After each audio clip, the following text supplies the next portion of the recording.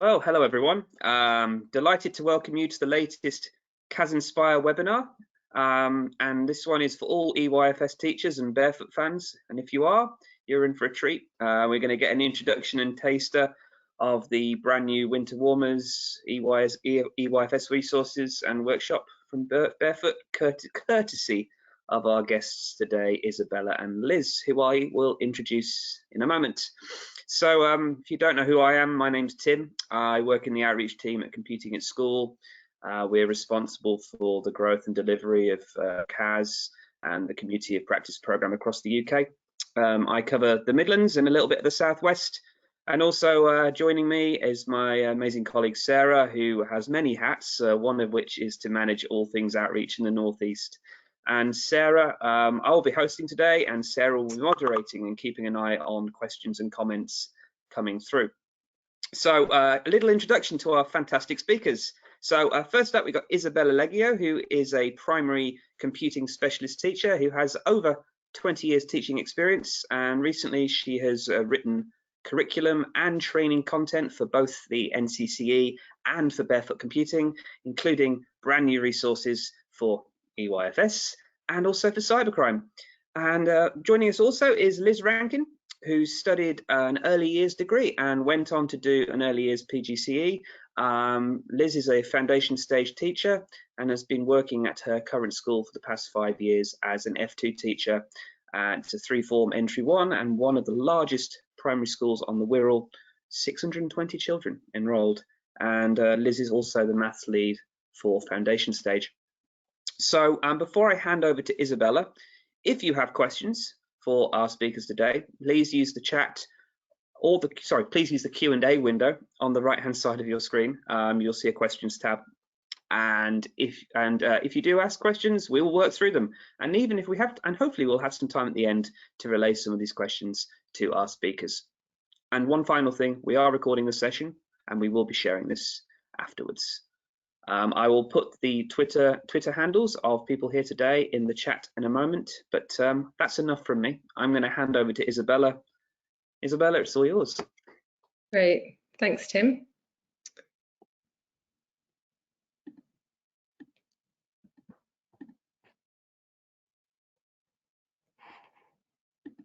Okay, perfect. So it's great to be here this afternoon and really excited to present some of our new Barefoot EYFS resources. We're going to focus today on our Winter Warmers set, which has recently been released. And I'm going to give you a little look at some of the other Barefoot EYFS resources too. And then Liz is going to have a chat about how she found our new EYFS workshop. So we're going to be packaging up everything we've got available for EYFS, and hopefully you'll be able to go off and start downloading and testing things out. I'm going to start with our Computational Thinkers poster, just in case you haven't seen this before. This poster is available from the Barefoot website. Everything that I show you this afternoon is available for download, free. Just need to make an account and I'll show you where you can do that later. But all of the activities that we look at this afternoon are based around the computational thinking concepts and approaches. Concepts you can see here on the left and approaches on the right. And the concepts refer to the subject knowledge that children need to understand. So like logical reasoning, abstraction, pattern, algorithms, and decomposition. And the approaches, tinkering, creating, collaboration, and persevering, are probably very familiar to most of us working in early years, because these are things that we do all of the time in all of the activities that we're planning. If you're not so sure about some of the concepts, and some of those terms might be a bit unfamiliar to you, you can actually find out more about what they mean and how they might look in a classroom from the Barefoot site. So don't worry if you're thinking, oh, I'm not sure what abstraction is, for example. But hopefully some of the activities that I show you now will make it a little bit clearer. So our early years resource collection is now growing rapidly, and we've got 4 seasons sets of activities available now. So we've got autumn, winter, summer and spring, the full thing. Each of those sets have 3 activities in them, and the winter one's the one we're going to be looking at today. In addition, on the right there, we have some resources available for teachers and practitioners. So the poster you've just seen, computational thinking overview and prompt cards, I'll explain in a few minutes. We've got online safety resources specifically for early years, which I'll also show you. And then we've got our 2 sets which have been out a little bit longer than our season's resources, Boats Ahoy and Busybodies. And these are both full of lots of different activities for you to try. These activities are all designed for any age within early years and any ability, to be equally as appealing to boys and girls, of course. And they are all designed so that you can simply adapt them if you need to, if you want to link them to perhaps a story or a theme that you're covering in your setting. But they're also all designed to be unplugged activities, which just means that you don't need any technology to teach them. Okay, so don't worry if that's a barrier for you. Don't worry if you don't have any tech. These activities are all designed to be done just using what you already have in your classroom. So let's take a look at the winter warmers activities. So 3 activities within this set, and the first one I'm going to show you is Feed the Birds.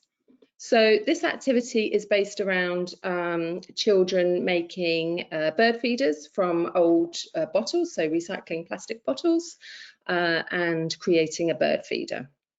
Now, I should say that all of the printables and in some cases picture cards or any resources that come with that you need for the activity all come with the download. Okay, so there's nothing that you need to actually go out and find. It's all provided for you. And the children begin in this activity by looking at images of the steps that are involved in making a bird feeder, so the process, and they sequence them so that they're in the right order.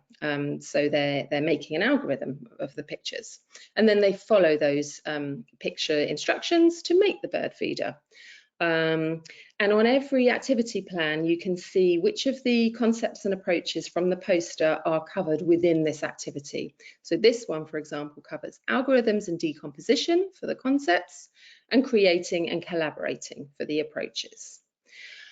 All of the activities that we show you have really strong links to the characteristics of effective learning, as you might expect, and these are also listed on the plan so that you can see where they link. Each of the activities, whether it's older or newer, is mapped to the new EYFS and Development Matters frameworks, so that's all up to date, and you'll be able to see exactly where the activity fits and where the cross-curricular links are too. And then a really key part of the activity is this computational thinking table, which you'll find when you download an activity plan.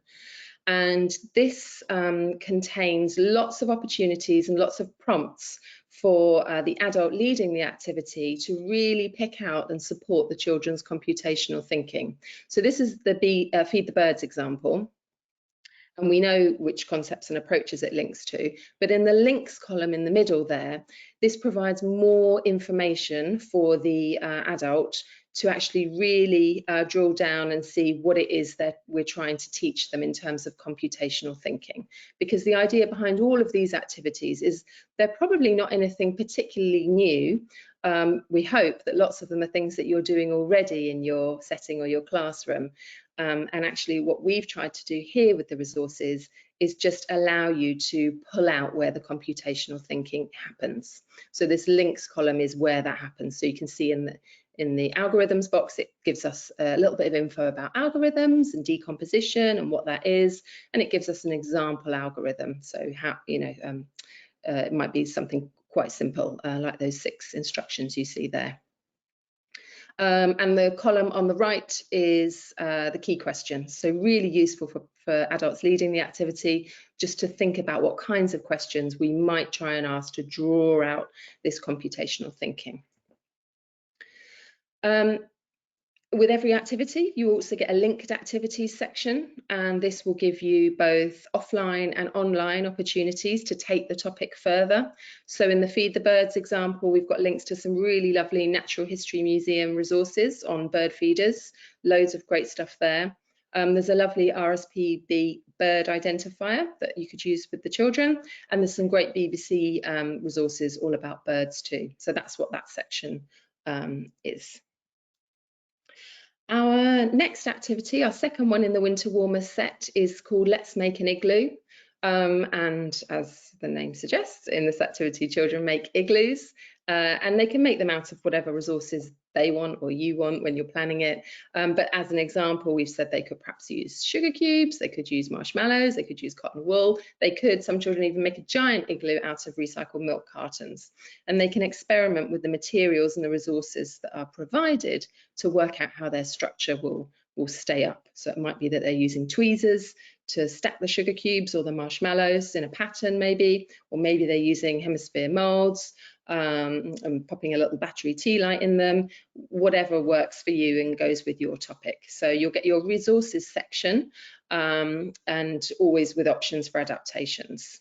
And again, we can see there the concepts and the approaches that are covered in this particular activity and the characteristics of effective learning. And the computational thinking table here works in exactly the same way as the one that we just looked at for the bird feeders, but I just wanted to show you that this activity has a focus on tinkering, which is a bit of a funny word, but basically just means having a go and trying things out, kind of guided play. And that occurs here as the children test out different ways of stacking or joining the materials and seeing what happens, and link that to logical reasoning to predict what's going to work and what isn't. And as all the resources do, these are the resources that come with it. So our printables that we've got if we want to use them. So we have Igloo example cards, so lots of different examples of igloos, and of course you can use books and films and songs and story, etc. And this particular activity has got a parts of an Igloo worksheet as well, obviously depending on the age of your children. But if you were focusing on the vocab, perhaps as part of your normal practice, that could be something that you might find useful there. So that's there for you if you want to use it. And the final activity in our Winter Warmers set is a really lovely pattern activity, Scarves for Snowmen. And pattern here occurring as children are spotting what's the same and what's different in given scarf designs. And they do lots of predicting about what's going to come next. And then completing patterns and then checking them for errors. So they start with some existing patterns, which again you can print out or you can just pop on your board. And they talk about what's the same and what's different here.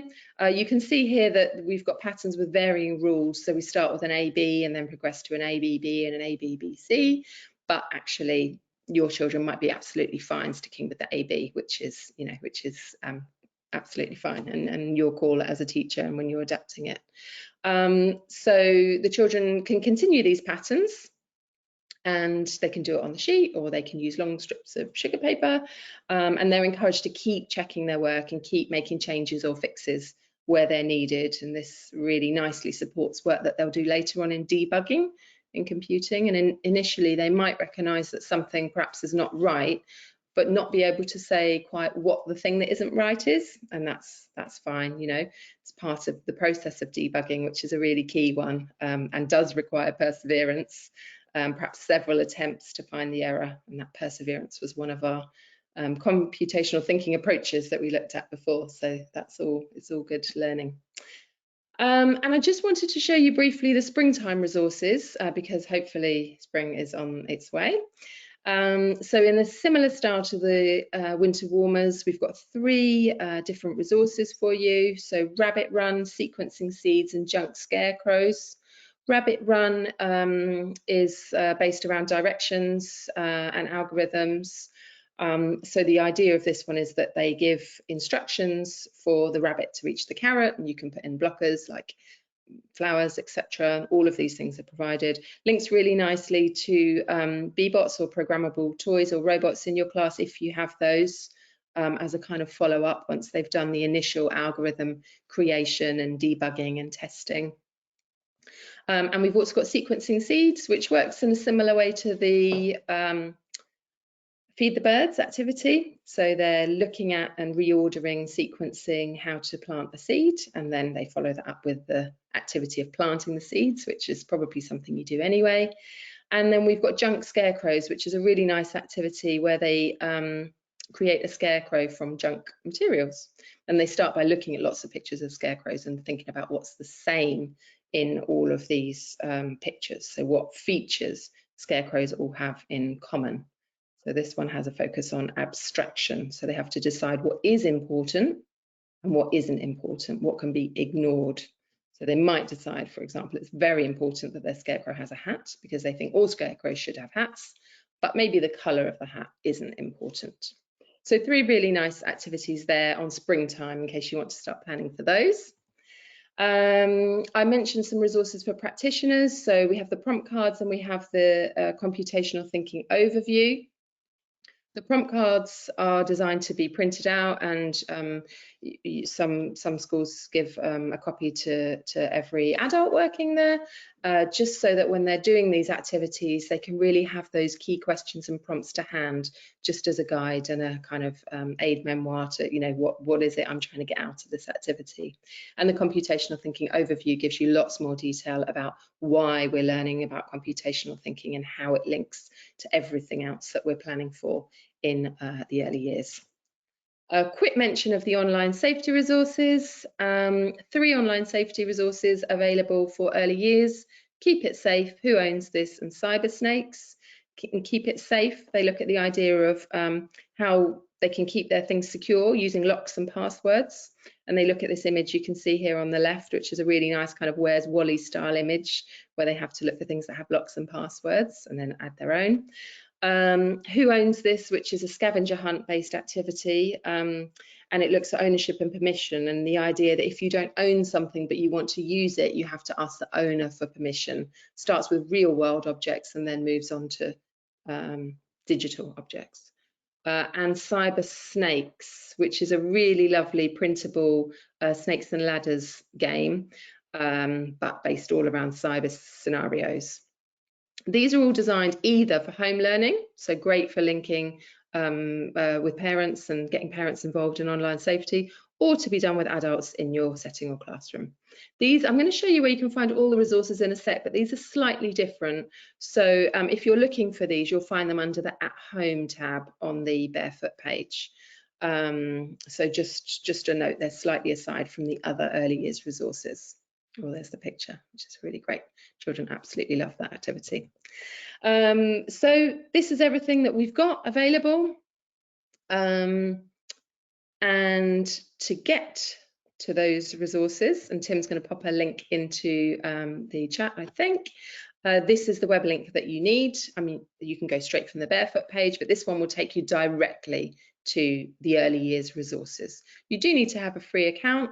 And it takes a couple of minutes to create, and then you can start downloading. So hopefully there'll be something in there that you like and that you feel that you can use.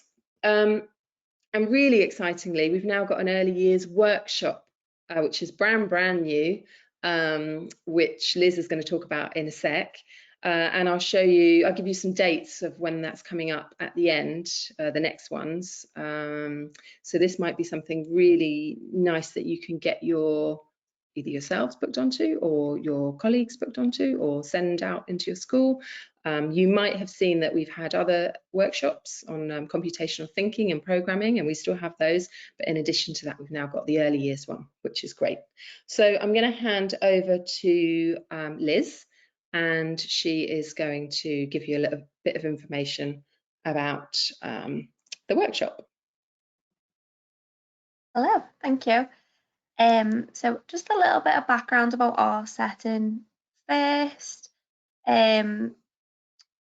So our 3-form entry school, each early years classroom had kind of reading, writing, maths, creative, construction areas in each class. In the summer, we decided to have a big change. Everything was pulled out, decorated, and instead now we have kind of bigger areas. So my class now has technology, maths, construction. The next class has sand, water, role play, writing and fine motor, and the final class has reading, creative and small world and a Play-Doh. So the classes rotate, so they get 3 sessions a week in each class. So it's my responsibility to plan for the technology area, which is why I found this workshop so helpful. I don't have any STEM background at all, so in a way I was thrown into it and I have had to learn about it. And we didn't used to have any technology previously, so it's something that I'm still learning about now. Okay. Thank you. So currently, our budget doesn't lend itself to me picking whatever I want out of a catalogue. Unfortunately, at the minute, we just have to make the best of what we've got. So currently, we've got Bebot, pre-coding, penguin pebbles, torches, some talking tins, and these little coding critters where the children can put them out like a jigsaw and the critters follow the path. So yeah, we're just currently making the best of what we've got. Okay. We took part in the Barefoot workshop as part of a STEM inset day we were doing. I was really excited when we heard that one of the sessions was going to be on computing and technology. That was an area I really thought I needed help with, and I was keen to get into that. So the session lasted for about 45 minutes and our whole team attended. So teachers as well as teaching assistants, which I thought was so important because so often the teachers are the ones to go on the courses and you kind of relay it to the teaching assistants, but it's not really the same as them having it firsthand. And again, they're the ones who they're equally supporting the children in provision as much as the teachers. So it was really important for them as well. And when you hear it's computational thinking, do not be disappointed. I was disappointed because I thought, oh, I'll learn loads, like what I can do with the Bebot. And I thought I'd learn what to do with the technology, which it's not, but that's fine. And if anything, better for our children. Okay.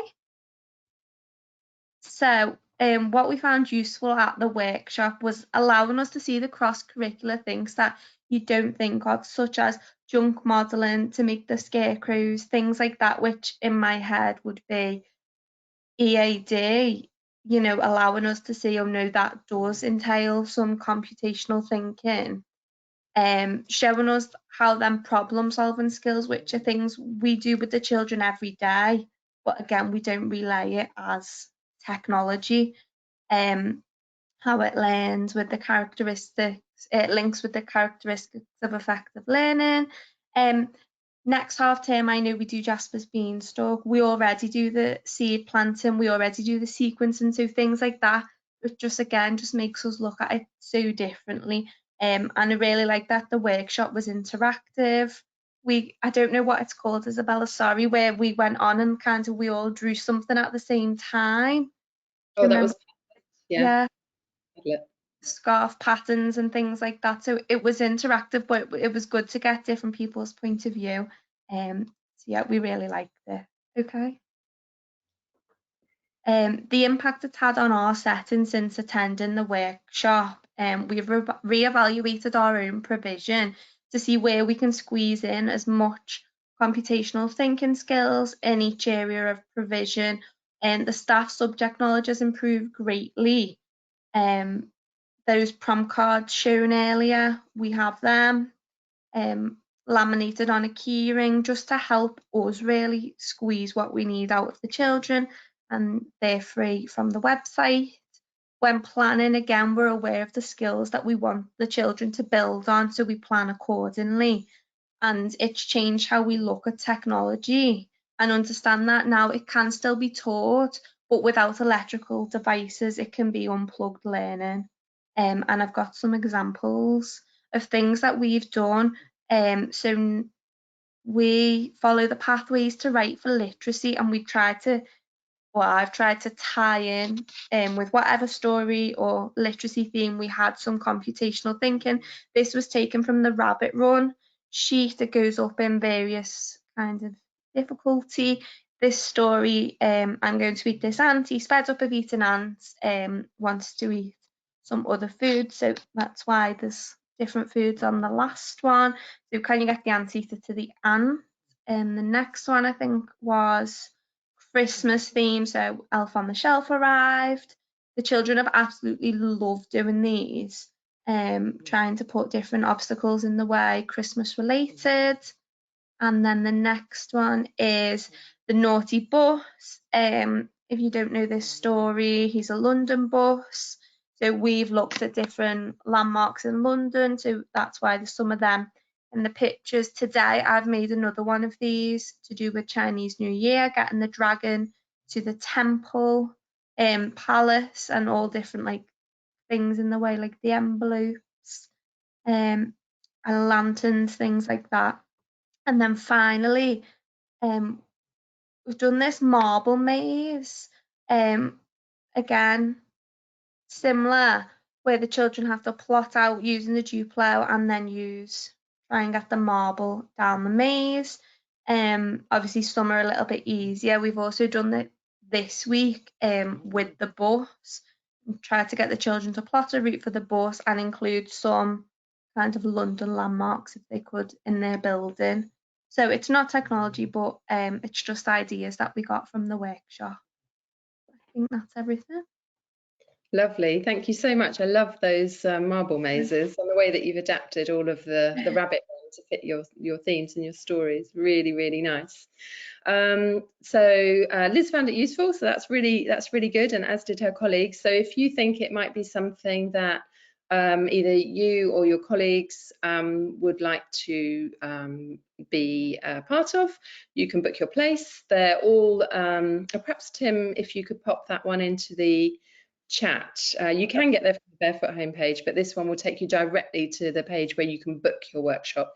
Everything's online, so that's easy. The next two dates, just in case you're thinking about doing it sort of in the next month or so, there's one on the 7th of Feb and there's one on the 22nd of Feb. But when you go to that link, you can see which ones have space. There's loads ahead, looking ahead as well. So if it's not something you want to do immediately, it might be something that you want to plan in for the future. But yeah, I think that is us done with our slides. So let me just stop sharing. Has that done it? Hold on, sorry. Yep, all good. Yeah, perfect. Great, thank you so much, Liz and Isabella. Really exciting, all the stuff going on in the land of Barefoot for EYFS. These workshops look brilliant, and I'm sure there's going to be a lot of take up from CAS community members as well. And we'll no doubt we'll put a lot of promotion into it and mention it a lot at EYFS events as well, because one of the things we do have in CAS is a very strong set of EYFS community leaders. And if you go onto the website, onto the events page, and you search for EYFS, you will see a whole bunch of events coming up, even in February, by people like Rachel Coulthart and those kinds of people. So definitely come on board and sign up for the events, and you'll get a plethora of stuff from these wonderful teachers as well. So yeah, brilliant, thank you. I don't think we have time for questions, as we're kind of up to the limit of time, but yeah, great stuff. Isabella, thank you. Liz, thank you. And Sarah, thank you in the background. Great stuff. So that's it from the session today. When you exit the webinar, you'll get a short survey on the screen, and we would be immensely grateful if you could take a minute to complete the survey. And as I said previously, a recording of this webinar will be available to everyone who has signed up to today's session. So yeah, thank you very much. Sarah, have you got anything else to add? No, just to say thank you, Isabella and Liz, that was amazing. I love the EYFS workshops, as you know. And yeah, go on the website and sign up for one. They're brilliant. Thank you. We're both we're both EYFS fans, so we're down with that. Okay, so keep an eye out for the CAS Inspire sessions coming up all the way up to half term, and please do sign up for them. And I look forward, and we look forward, Sarah and I, and all our other colleagues, to seeing you at future events. So thank you very much, and goodbye. Great, thanks. Bye. Right.